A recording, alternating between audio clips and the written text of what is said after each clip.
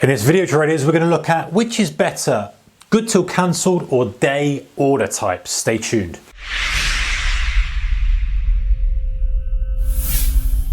Hey guys, warm welcome to you. So you might put a stop order in, you might put a limit order in, you get the choice between GTC and day. What are they? What are they used for? Which is better under certain circumstances? Let's have a look. So GTC stands for good till cancelled and day stands for good for day. What do they both mean? So basically good till cancelled pretty much means that if you place the order, it will stay there until you cancel it or until it's filled. So if you've got a limit order in at 100 and that's your limit buy, unless the market comes and fills it and you've got a GTC on it, that will stay there and it won't be cancelled until you actively go into your platform and you press the cancel button or you call your broker and place the order to cancel it.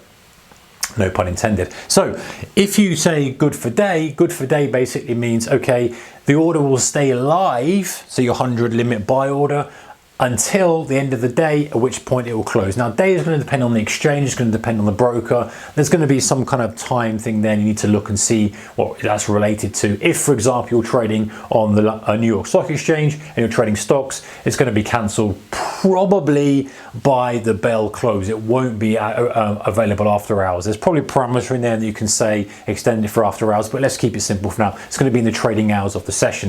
If it's Forex, may well be midnight and your local time. But again, look and check it out. So regardless of the actual exact hour it ends, and that's going to be dependent obviously on the market you're trading and the broker, what's the difference between the two? Well, we can see the obvious difference. One just stays there pretty much forever and one will cancel. Now, I always prefer to use as a default, if I have a default setting, the day order. Why? First thing is for protection. Like if I, for whatever reason, forget to cancel, fortunately, I can't remember a time when I've done it. I'm sure I must have done it, but I can't remember a time when I've left an order in and I've been filled.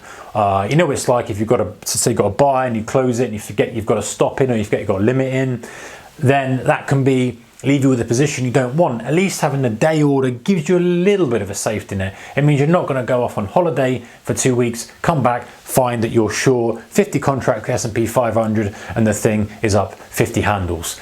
For example, extreme, but I'm sure it has happened to some people. So that's just a kind of a from a broad safety net perspective. But if you look at it from an operational perspective, which one's better? Well, you've got to think about the trade you're taking. Okay, if you're trading, you're day trading, you probably only want to have that order in for the day. In fact, you probably only want to have that order in for a few hours because conditions might change. Let's say you are buying on a dip. Let's say the market's come back and you've said, okay, I want to buy here, and the market kind of carries on chugging. You probably don't want to buy here towards the end of the day, and you probably definitely don't want to buy here tomorrow, unless it's a different structure, a different strategy of trading. So you don't want to be having good till cancelled.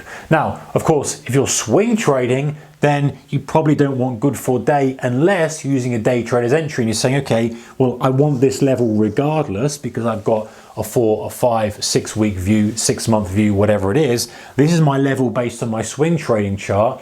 If it comes back at any point in the next few days and tags it, I still want it, in which case you'd have a good till cancelled. You wouldn't use a good for day. But maybe you are entering and it's very important you get the sweet spot. Again, good for day means you can refresh it. There's nothing stopping you putting that order back in. Now, of course, if you're going directly into the exchange and your broker is set up for this, then you want to leave the order in the order book for as long as possible because you want to be front of the queue. Small, it depends on what exchange you're at, it depends on what you're trading, of course, but that might give you a very tiny edge.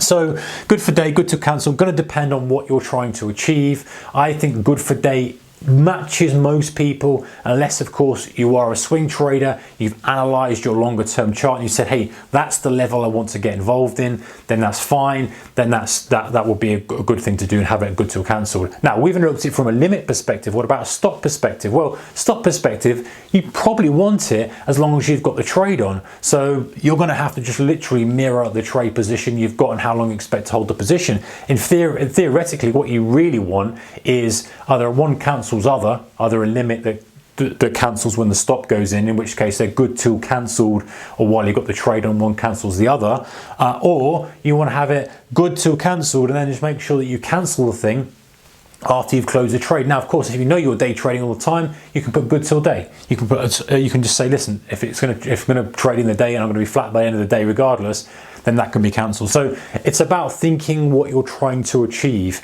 It's about making sure that you're using the correct order for the job. Now, is this the most primary concern of a trader? No, it's not, right? There's plenty more things that are more important, but it pays to be knowledgeable, it pays to know, okay, what's the difference between the two? Why would I want to use this and the other? Hopefully that's helped you figure out what you want to use depending on what you're trying to achieve as a trader, day trader, swing trader, how long the trade ideas for, what you've been trading, etc., etc., etc. All right, guys, see you next one. Take care. Bye-bye.